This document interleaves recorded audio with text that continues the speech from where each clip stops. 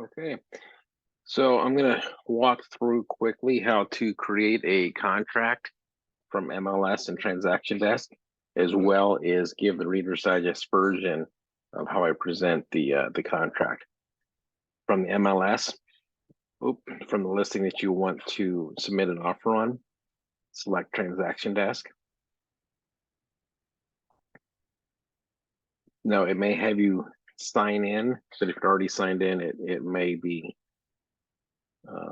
it'll just come to this screen here. So I'm just going to go ahead and name this, and I'm just going to say test.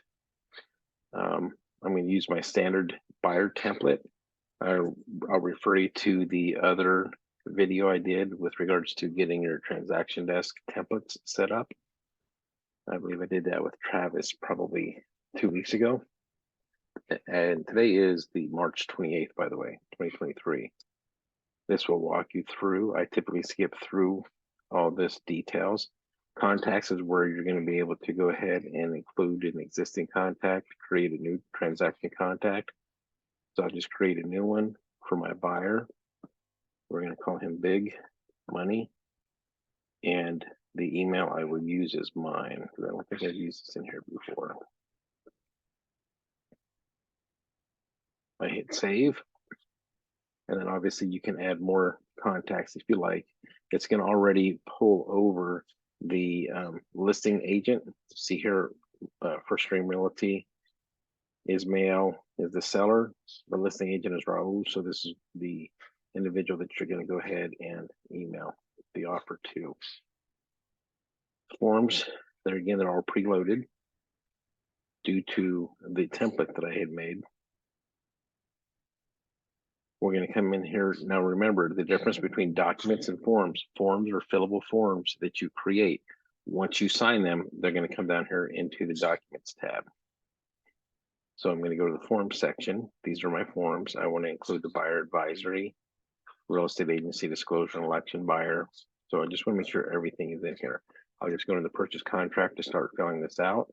It's going to already have some information input. So there's my buyer, Big Money. Here's my seller. You can select as identified in section 9C if you're not sure of the spelling. And then the selling agent should fill that in and make sure that that's complete. You always want to make sure with your buyer that this is the property address that they're wanting to buy, 800 East Buffalo Street. Double check the assessor's number with the Monsoon tax records. 303-03014. 303-03014. Perfect. Also, when you're doing the buyer, you want to make sure that their name is spelled properly and it's their legal name. You want to ask if they want to include their middle initial or not. So Mr. Big Money, he just likes to be called Big Money.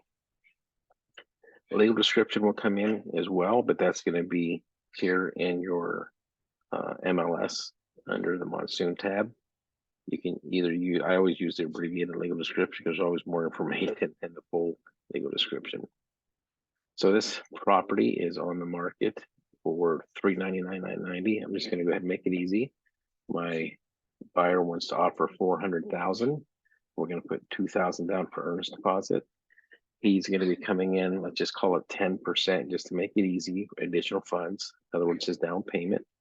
Now his down payment is also going to include the earnest deposit. So we've already got $2,000 earnest money towards the down payment. So we're just going to put $38,000 as their down payment. So his new loan amount is going to be $360,000. Earnest money is going to be in the form of a personal check deposited with escrow. If this was a cash sale, they would need to provide proof of funds or a letter from the credit source. Close of escrow, this is when we're going to close. We're going to go ahead and close this towards the end of April. Now, if we were to close this in the beginning of April, their down payment or their prepaid, such as your interest, is going to be more from a closing cost perspective. The difference is if they close sooner in the month, their next payment's not going to be until June 1st. Anytime that they close in the month of April, their first payment's June, so it'd be a little bit longer without their first mortgage payment. Typically, you close towards the end of the month to limit the amount of interest. but they still have a payment coming. So it's 6 of one, half dozen the other. So close of escrow is going to occur on this date or the next day. That's a business day. So if we mess up and we put it for a weekend or a holiday, the contract already covers it. It kicks over to the next business day. Buyer's supposed to deliver cashier's check to the escrow company, wired funds, or other immediately available funds to pay down any down payment or deposits at closing costs, forward their closing costs. Their earnest deposit can be in the form of a personal check on the front end, but when it comes time to remitting the closing costs, that has to be a certified funds or a wire due to the good funds law. Possession is going to be at close of escrow. Here's additional addendums that we need to pay attention to. So I believe there was an HOA on this. I don't know. No, it's Buffalo Street. They're not going to have an HOA. Yeah, so there's no HOA, but if there is an HOA, you would select this. Additional clause, buyer contingency, domestic well water, lead-based paint disclosure was built prior to 1978. So let's check that. It was built in 1960. So yes, we definitely want to do that. Loan assumption, septic tank, seller financing, short sale, solar addendums. So none of those apply. These are all fixtures that are considered that are supposed to remain with the property. So if anything, you need to take a hammer, screwdriver, crowbar to remove it from the real property. It's supposed to stay. So any built-in appliances, any window treatments, things of that nature, anything attached to the house, shutters, things of that nature. So that's quite the lengthy list. Also, if there is a swimming pool, any pool equipment is supposed to convey with the property as well. Here's where we're going to identify if we're going to ask for the fridge, washer, and dryer. So they are offering the refrigerator, but not the washer and dryer. So let's say refrigerator. Now, if you took notes of what the refrigerator was, the make and model included here, or you can say as seen on March 28th, 2023. We're not asking for any other personal property. So here's the financing section. This is a pre-qual. So the pre-qualification that we got from the lender is going to be included in this. So be sure to include the signed pre-qual. So make sure that the buyer has signed it as well as the lender. Here's the loan contingency section of the contract. So it's contingent upon them getting approved for loan. If it's an unfulfilled loan contingency, in other words, they get denied for the loan, then the earnest deposit does stay with the buyer since they weren't able to get qualified for the loan. Interest rates and necessary funds. The buyer is acknowledging the interest rate on the pre-qual form and also that they have the necessary funds to close on the transaction. Loan status update. The buyers authorizing the listing agent to reach out to the lender to get a status of their loan. Now, the lender cannot disclose any personal details, confidential information, but what they can say is whether that you're cooperating with them, whether they've got an application, if you're providing anything, if you're providing, say, your W-2s, things of that nature, and also if there's any red flags that they're trying to work through. The buyer has 3 days to submit a loan application. Now your buyer is going to go through, have gone hopefully, and have been pre-qualified. That's not a loan application. It cannot be a loan application until this street address gets put on that loan application. So once we get an accepted contract, the agent's job is to forward that over to title to open escrow, also to send it over to the lenders, or not the lender, but yeah, the lender, the buyer's lender as well. At that point in time, the buyer's lender will put that on the application and it's an official application. Loan processing during escrow. So within 10 days, the loan estimate, you're going to decide whether you're going to move forward with that loan or not. If you're going to change the loan, we have to do that in the first 10 days and give notice. This is where we're going to go with type of financing. So we're just going to say that it's conventional. Loan costs, all loan costs are going to be paid for the buyer unless otherwise provided. Seller concessions, we're going to go ahead and just ask for 1% concessions just to fill that in. This one, when you're looking at offers, you slow down through this section. Make sure that you're not missing whether the buyer is asking for concessions or if they need to, make sure that it's here. You can either do a percentage or you can do a fixed amount. You can't do both. Changes, if there's any changes during the escrow, the buyer is to notify the seller. Any changes can impact their ability to obtain a loan. They lose a job, they have a collection account that hit, something along those lines. There's another contingency where if the home doesn't appraise for at least the contract price, the buyer does not have to purchase the home. They can then back out of the deal and retain their earnest deposit. Typically what will happen though is the buyer's agent will reach out to the listing agent and try to renegotiate the terms. Then the listing agent is probably going to ask the buyer to make up some of the difference. So there's some negotiation that happens there. Appraisal costs, initial appraisal fee is going to be paid for by the buyer. Now, since we did ask for 1% concessions, we want to go ahead, or let's say the seller here to make it applicable. So we're going to ask the seller to pay for the appraisal costs. We're going to go ahead and say that the appraisal costs are not to be applied against the seller concessions. So we're going to get 1% concessions, so $4,000 towards the buyer's closing costs, and the seller is going to pay for the appraisal. Here's the title company. This is everything that the title company is going to do for the both parties. They're going to make sure the title investing is clear. They're going to go ahead and issue a title commitment and title insurance. The additional instructions are basically they're the ones who determine who gets the earnest deposit. They're going to prorate the taxes. Oh, here's the release of earnest money. They're going to gather all the information necessary in this additional instructions to perform the transaction or the transfer of properties. They're going to prorate any assessments and fees. Also, if there's any assessments or liens out there, they're going to go ahead and prorate that as well. If there's a special taxing district, such as Community Village District, that's going to be prorated as well. The Community Facilities District is going to be like Eastmark there at Ellsworth and Elliott. Seller property disclosure statement is due to the buyer from the seller within the first 3 days of contract acceptance. Insurance claims history, the seller is to provide that to the buyer within 5 days.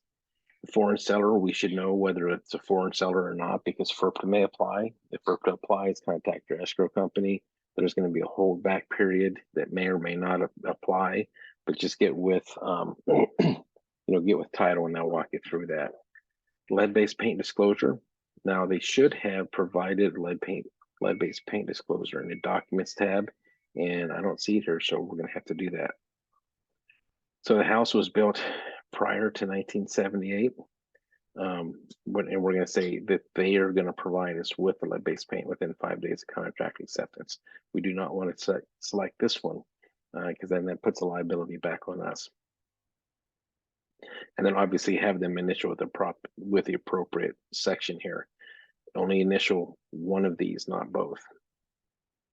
Affidavit of disclosure is not going to apply, but if the premise is located in an unincorporated area of the county and was 5 or few parcels that was going to be transferred, a public report would be needed, basically. Changes during escrow. If now this is putting the liability back on the seller. If there's any changes during escrow, the seller is going to be obligated to the buyer to give the buyer written notice that there's a change. Lightning strike, fire, anything, assessments, anything that's going to impact that property. Warranties, interchange the word warranty with the word promise. So Arizona is now a as-is state. So there are no promises that the seller is making to the buyer and vice versa. The only promise that's being made is that everyone's going to be truthful and honest, right? So the condition of the property is just being sold as is. The only warranty that survived closing is if the seller misrepresented something about the property to the buyer, right? So, and I'm not talking, it's got to be something that was not able to be found by the listing agent or the buyer or the inspector. So a lot of times what that's going to be is someone asks, hey, have you ever had scorpions in this, in the house? And the listing agent and the seller says, nope, never seen a scorpion here in our life. Your buyer moves into the property a week into their move. They get a knock at the door, and there's a guy at the front door with a truck, and it says Scorpion Slayer on the side of the truck, and it's a legitimate name of a pest control guy. We used to use him actually. So he knocks on the door and says, "Hey, I'm here for my monthly treatment to the property because you guys are just infested, with scorpions." Well, at that point in time, that warranty would survive closing because fraud has come into play. So then the seller could be liable for that fraud that was committed. And then there again, buyer promises that they'll tell the seller anything and everything that they need to know about whether or not they should accept their offer, any negative items that could be construed as bad. And then the buyer warranties that they're not relying on any verbal representations of the property. Inspection period. So the buyer has 10 days to conduct all these different types of inspections. If they're material matter to the buyer, make sure that you find a home inspector to be able to do those. Some of them is just making sure the sewer is connected, swimming pool barrier regulations. Buyer acknowledgement.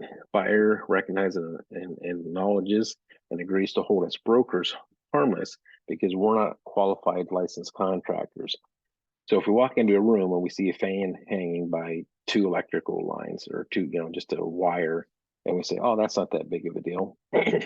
Well, you understand that we're not licensed contractors. And so take what we tell you about that with a grain of salt, to your buyer anyway. And if it's an issue, obviously get, a licensed contractor out there to take a look at it, or, your home inspector. And the home inspector is just going to go ahead and all he'll do is point it out. That's all his job is, to point out issues. And then the contractors come in to give their assessment on what it would take to remedy that particular issue. So try not to, if you can avoid it, try not to push your inspection periods off too late to give yourself an opportunity to get secondary inspectors out there or contractors to, if there's anything major that you find, give them an opportunity to give you an idea of what's going on with the property, what may need repaired, what doesn't need repaired. Inspection period notice. So after 10 days, as soon as the BINSR is issued, its buyer's inspection and notice of seller's response, we also refer to it as a repair request. Once that repair request is issued, we're telling the seller that we are done with our inspections, and now is the time for us to ask for repairs. So now at this point in time, we have three things. The buyer has three things that they can say. They can say, "I'll accept the property in its current condition. I reject the property. I want to cancel and retain my earnest deposit, get a refund." Or three, "Mr. Seller, will you fix A, B, and C?" Right? So at that point in time, that needs to be done in writing. Now the ball is back in the seller's court. So the seller now has 5 days to respond to that repair request. Now they can say one of three things: yes, we'll fix everything; two, no, we're not going to do anything; or three, yes, we'll fix A and C, but we're not going to fix B. Right? So at that point in time, once they respond, then we're going to have another 5 days to respond to that. And now if the seller agrees in writing to correct the items as approved, then they have to get the repairs or confirmation repairs to us 3 days prior to closing, right? So then if the seller's unwilling or unable to correct the items, and then within 5 days, then the buyer does not cancel. The buyer's got 5 days to cancel as well at that point in time. This is a time when listing agents should reach out, and instead of just killing a deal saying, "Hey, look, they don't want to fix A, B, and C, but what's their biggest concern? What items are deal killers?" And at that point in time, hopefully discussion happens so your deal doesn't die. Home warranty plan. This is where I give the standard blurb about home warranties. That are necessary evil, that are only as good as the vendor they send out. All home warranty companies are an insurance company. They're in the business to deny claims and to limit their expenditures, right? But the biggest thing that you're going to need a home warranty for here in Arizona is going to be your air conditioner. All air conditioners are going to go between June and September. At that point in time, your contractors are so backlogged with AC repairs that you're not going to be a priority because the warranty companies has a deal worked out with these AC vendors that they get a cut, right? So they get a reduced, they make less money basically working warranties. So if the AC vendor is looking at somebody who called him today, said, hey, look, I want you to sell me a new AC unit, versus a home warranty company that says, hey, I need you to go check this out, they're going to go sell that brand new unit as opposed to worry about some warranty item. So I understand, anytime that happens, it's going to be a frustrating time for the new owner of the property. They're going to get frustrated. They're going to get mad. Just tell them, hey, this is something that you got to grin and bear it. Unless if they're doing something egregious, you always have to give a warranty company at least one opportunity to fix something. And then if the vendors start messing up, that's when we as agents get involved and try and reach out to our field reps for whatever warranty company and let them know what the issue is and see if there's some sort of alternative solution that can be had, whether they get put up in a hotel room or whether they'll approve an outside AC vendor to come in and fix it. Very rarely will they let that happen though. Walkthroughs. So the seller grants the buyers an opportunity to do a final walkthrough prior to closing to ensure that all the repairs have been made to their satisfaction, and those repairs just need to be done in a workmanlike manner that they agreed to do. Sellers also responsible to ensure that all the utilities are on for that walkthrough. There again, if IRS and FERPA is an issue, FERPA, I don't run into it a lot, but this is the point in time that you would just want to reach out to your tax professional to see how that's going to impact the buyer, if anything. Remedies. So this is if we get into a knockdown, drag out brawl, for lack of a better term. So this is something comes up where someone's not performing, whether the seller's not providing, spuds, clue report. So everyone has agreed that a cure period has to be given to give the breaching party an opportunity to correct something prior to the deal being canceled. So a written notice has to be given to the other party. The other party has 3 days to fix it. In the event of a breach and they don't fix it, then effectively the non-breaching party is supposed to get the earnest deposit, right? And the title company gets the final say in who gets that. Now, everything, any disagreements, everyone agrees to go through alternative dispute resolution. So if there's a fight and you decide to go through alternative dispute resolution, everyone agrees to go through that. And then whatever decision is made, both parties agree to abide by that.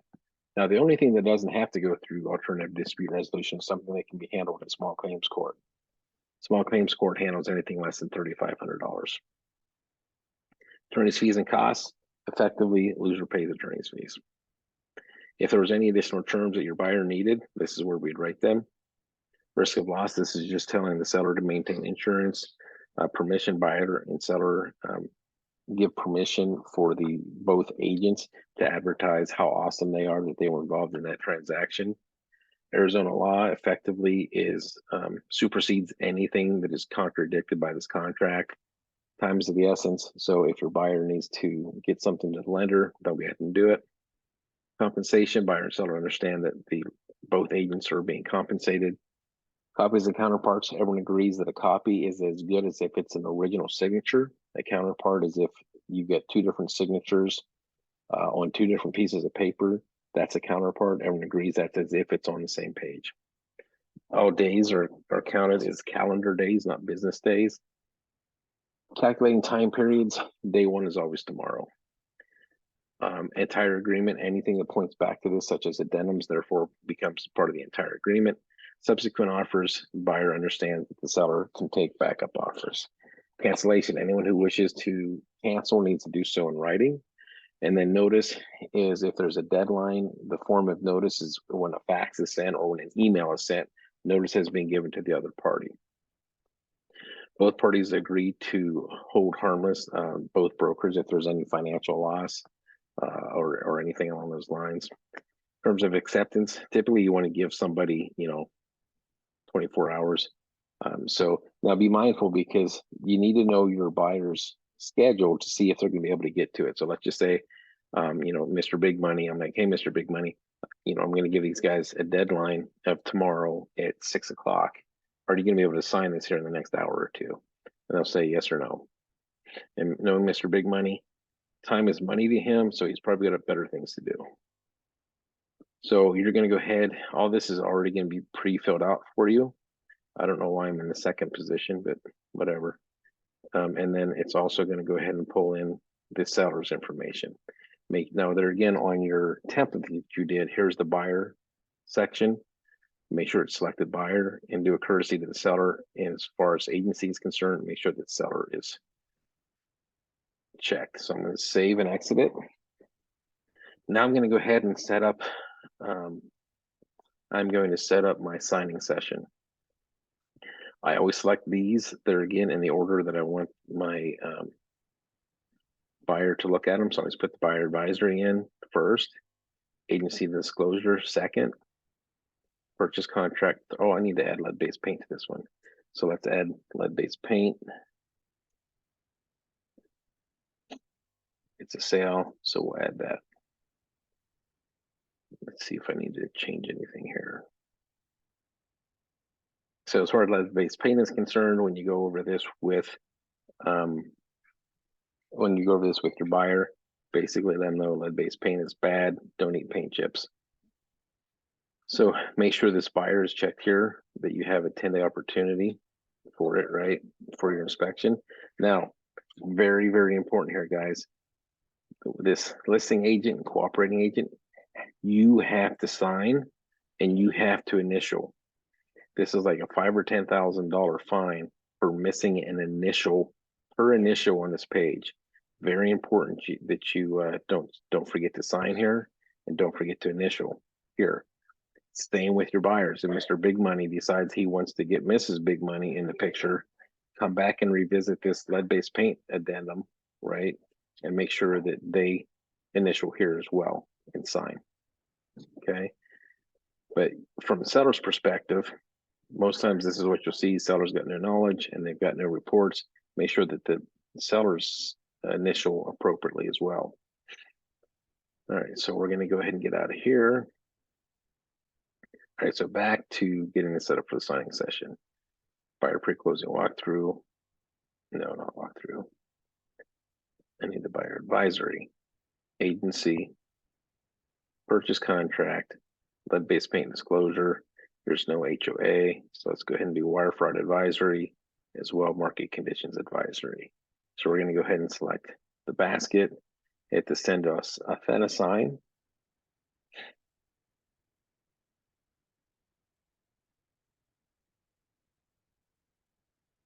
Okay, so don't forget when you set this Authenta-sign up, you need to include yourself because you have to sign that lead-based paint disclosure.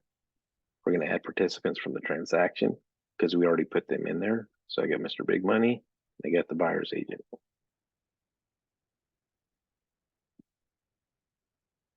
Mr. Big Money is in your buyer one position. Selling agent, put yourself there, assigning the signature box. We're going to go to tools because this is where I'm going to be able to add anything if anything's missed. So I'm just going to be looking for a signature on the buyer advisory on the last page, coming up any moment. Okay, so there's Big Money's signature.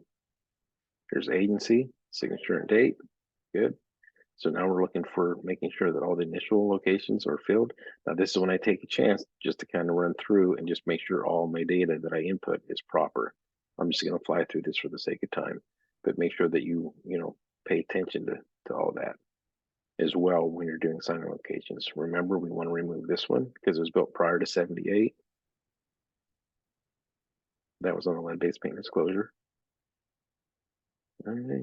So we've got all our initials. We've got our signature here. Make sure that your buyer is selected there. Make sure your information. Oh, that's funny. Look, it's up here now. Or another form, it's down low.